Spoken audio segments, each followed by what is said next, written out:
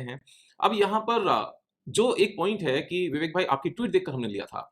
तो ट्वीट देखकर लिया था, तो ट्वीट देखकर मेरी बाकी बातें भी यहाँ पर मानने की बहुत ज़्यादा ज़रूरत है। नंबर 1 किसी भी स्टॉक में 5% से ज़्यादा पैसे नहीं लगाने चाहिए।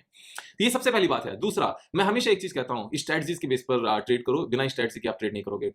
यहाँ पर इस ट्वीट का मतलब कभी भी ये नहीं होता कि अभी 60 की कॉफ़ी अच्छी नहीं लग रही है, जब 300 की पहुँचेगी तो अच्छी लगेगी। इसका मतलब ये बिल्कुल नहीं होता कि आप एकदम से आँख बंद करके बाय करो और नीचे आ जाए तो फिर यहाँ पर परेशान हो जाओ। नहीं, इसको एनालाइज़ करो, एनालाइज़ करने की ज़रूरत होती है। अपनी आपकी मेहनत की कमाई है।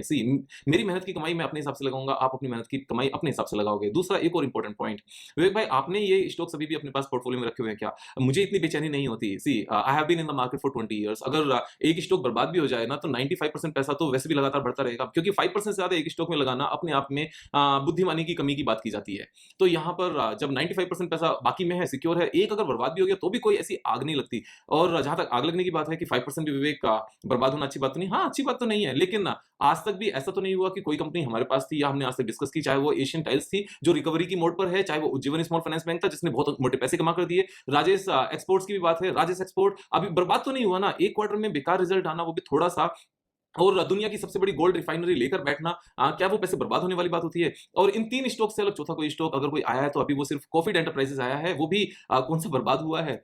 तो यहाँ पर इन सब चीज़ों को समझने की ज़रूरत है। इन 4 स्टॉक से अलग अगर हमने 400 स्टॉक्स डिस्कस किए हैं यूट्यूब पर और ट्विटर पर, तो उन 400 स्टॉक्स ने इतने पैसे कमा कर दिए हैं कि ये 4 स्टॉक्स कहीं भी नज़र नहीं आने चाहिए।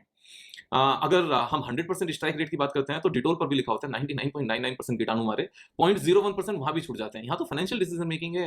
अगर यहाँ पर 99% स्ट्राइक रेट पर भी हम खुश नहीं हैं तो दुखी रहने की एक्चुअल में हमें आदत है, या फिर हम सिर्फ एक बात सुनते हैं और बाकी बात नहीं सुनते। हम डिसिप्लिन की बात जो करते हैं उसको नहीं सुनते। बोरोड मनी पर पैसा नहीं लगाना, वो बात को नहीं सुनते। और एक स्टॉक में 5% से ज़्यादा नहीं लगाना चाहिए, वो भी नहीं सुनते।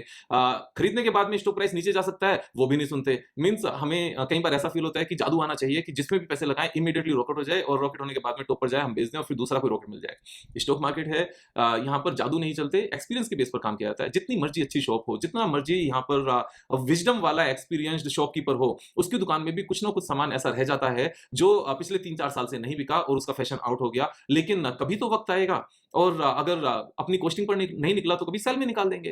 तो ऐसा नहीं है कि 100% के 100% पीसेस यहाँ पर अच्छे प्रॉफिट पर बिकते हैं। अगर 2-3-5 पीसेस आउट ऑफ 200-300 पीसेस सस्ते भी निकल गए, तो भी ओवरऑल दुकानदारी आपकी अच्छी चली ना, ये दुकानदारी है, इसको ऐसे समझने की ज़रूरत है। अब मैं यहाँ पर एक और इम्पोर्टेंट पॉइंट बताता हूँ कि इससे पहले भी लगातार यहाँ पर